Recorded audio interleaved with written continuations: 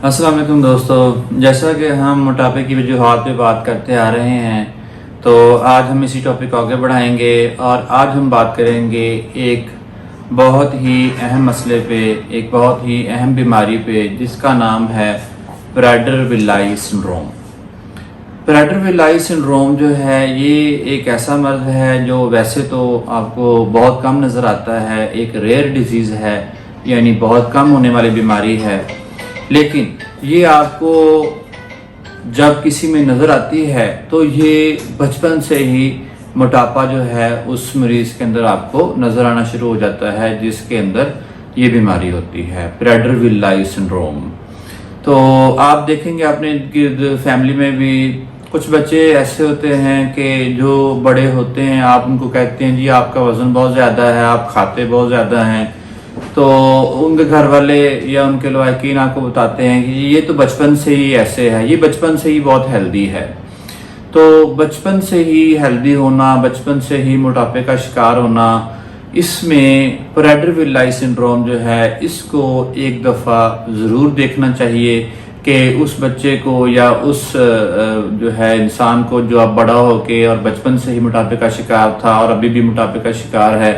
तो क्या उसके अंदर ये प्राडर-विलाई सिंड्रोम तो नहीं है। तो इसकी क्या अलामात होती हैं।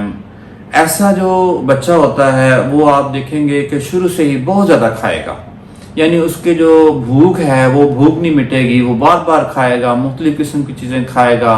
और खाता ही जाएगा। उससे उसका एक तो वज़न बढ़ना शुरू हो जाएगा, उसके साथ आप देखेंगे कि उसकी जो आदत हैं वो बड़ी अजीब होंगी, यानी वो छोटी छोटी बात पे जो है वो बहुत ज़्यादा नाराज़गी का इजहार करेगा, रोना शुरू कर देगा, शोर डाल देगा।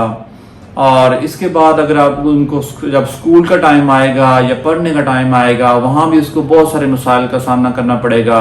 और उसका ध्यान पढ़ाई की तरफ नहीं होगा,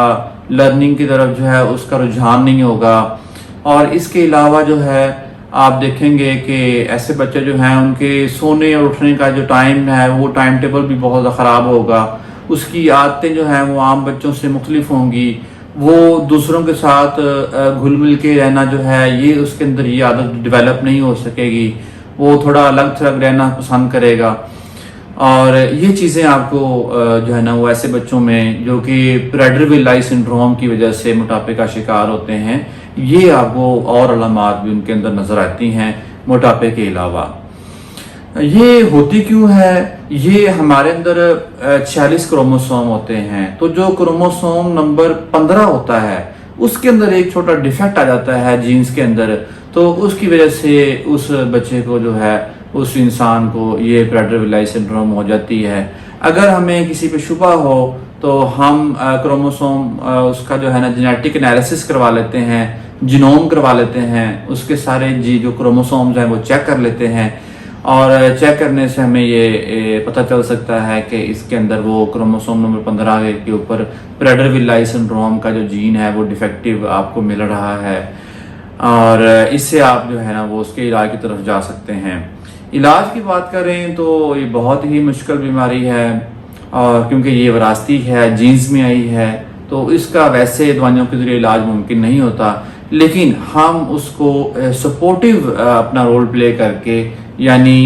उसकी आदत को बदल के हम किसी हद तक इन चीज़ों पे काबू पा लेते हैं। जैसे उसका जो बिहेवियर है, उसका रवैया जो है उसको ख़ास तरीके से डील करने से, और साइकोलॉजिस्ट जो होता है हमारे नफ्सियात को साथ अटैच करके और उसकी आदतों को बदलना और उसके रवैये को बदलना, इससे हम बेहतरी की तरफ जा सकते हैं। उसके खाने पीने के जो टाइमिंग्स हैं और खाने की जो रूटीन है उसको थोड़ा कंट्रोल करके हम उसके वज़न के ऊपर काबू पा सकते हैं। तो अगर इस बीमारी का हमें आगाज़ से पता चल जाए तो हम बच्चे को उसके बचपन और बाद में जो है वो बड़े होने के बाद मोटापे से हम उसको बचा सकते हैं, उसकी आदत को और सपोर्टिव रोल प्ले करके। तो ये बड़ी अहम बीमारी है, इसको हमेशा हमें ज़हन में रखना चाहिए। अगर हम इस तरह के बच्चे अपनी फैमिली में नज़र आते हैं तो एक दफ़ा उनको इस हवाले से ज़रूर टेस्ट करना चाहिए। तो इस पर मज़ीद इंशाल्लाह बात करते रहेंगे। तो अगर आप हमारे चैनल पे नए हैं तो इस चैनल को सब्सक्राइब कर लें और ताकि आने वाली हर वीडियो आप तक पहुँचे। बहुत शुक्रिया।